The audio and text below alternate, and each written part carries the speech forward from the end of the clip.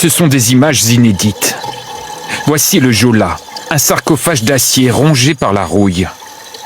Le ferry qui a coulé avec plus de 1800 personnes à bord, bien plus que le Titanic, repose désormais sur du sable, à 20 mètres de profondeur. Ses hélices sont toujours bien visibles. Certains hublots sont encore ouverts. Plus loin dans ce chaos, des véhicules sont retournés. Mais il y a aussi ces vêtements coincés dans une poutre, comme cette chemise à carreaux. Des bracelets, des bijoux féminins, ainsi que de nombreux ossements. Cette exploration exceptionnelle a été réalisée par une équipe franco-sénégalaise. Elle a profondément marqué ce plongeur. Il y avait des gens qui tapaient dans la coque, qui étaient encore en vie. Les secours arrivent, ils n'ont pas de moyens techniques pour les sortir, donc ils les ont entendus mourir. Et je me suis retrouvé dans cette partie, là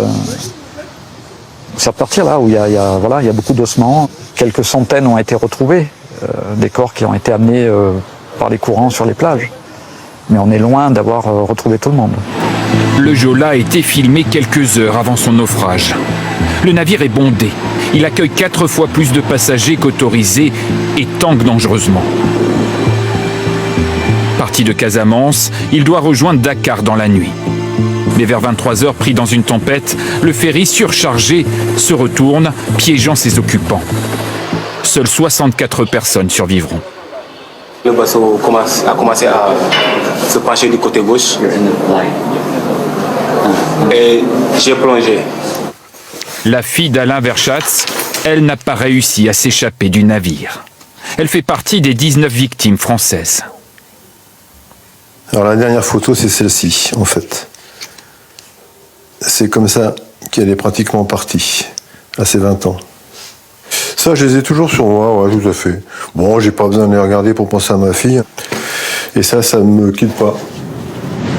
Selon lui, le Jola, déjà vieillissant, n'aurait jamais dû prendre la mer. La maintenance n'était plus assurée par l'armée et la surcharge trop importante. La justice sénégalaise classera l'affaire au bout d'1 an, rejetant toute la responsabilité sur le commandant de bord, mort durant le naufrage. En France, malgré une longue bataille, la procédure judiciaire est désormais terminée. Aujourd'hui, on n'a rien. On n'a ni corps, on n'a ni objet personnel, on n'a rien du tout, quoi. Donc, on peut même pas se recueillir. Aujourd'hui, ouais, on est des oubliés. Un grand mémorial actuellement en construction sur place devrait accueillir les objets remontés par l'équipe franco-sénégalaise.